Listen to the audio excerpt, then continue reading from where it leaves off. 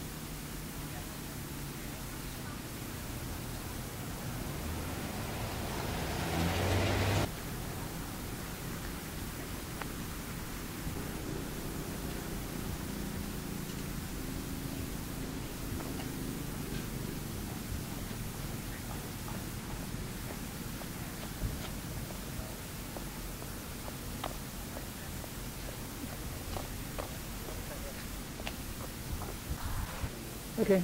Just for the record, would you please state your name and that you give Video the Vote permission to use the video? Yes, my name is Fred Siver, and being videotaped is fine. Okay, great, thank you.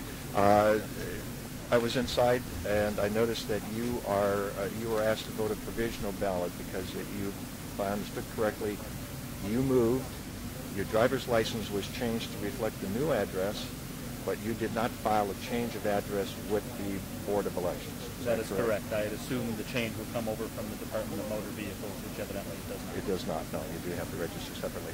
And when you were inside, what did they tell you about the possibility of voting at your old precinct where you were previously registered? I did specifically ask if I could do that because it's only a half-mile down the road, same town, and I was told no, I had to go here or go downtown to the Board of Elections and vote via provisional ballot. And the reason you were told to vote provisional or downtown was what?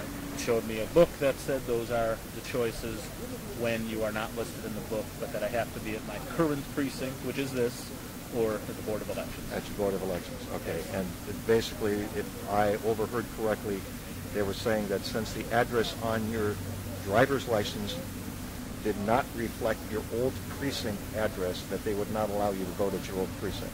That was not really correct. It was more the fact that I acknowledged I no longer lived there than what the driver's license said. Okay. It was more the fact that we all agreed this would be my current precinct was the reason they said I could not go to the old one, because since I didn't live there, I was not entitled to vote there. Even though you might still be on the poll books at the old Even though I'd almost be certain I'd be on the poll books. And I did say I'd prefer to vote a non-provisional ballot. I see. Okay. Thank you very much. So where do you stand now?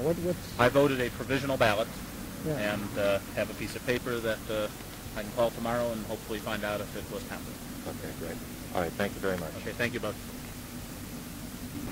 Okay. All right, I called the Board of Elections to get clarification as to whether or not the gentleman who just interviewed would be able to vote in his previous precinct, and I was instructed that had he gone there originally and voted, since his name would have been on the polls and he had the proper ID, even though his address was different, they would have allowed him to vote. However, since he came to his new location and already instructed the people that he had moved, the current policy for the Board of Election is to tell the individual he can only vote a provisional ballot or here in his new precinct or go down to the Board of Elections to vote.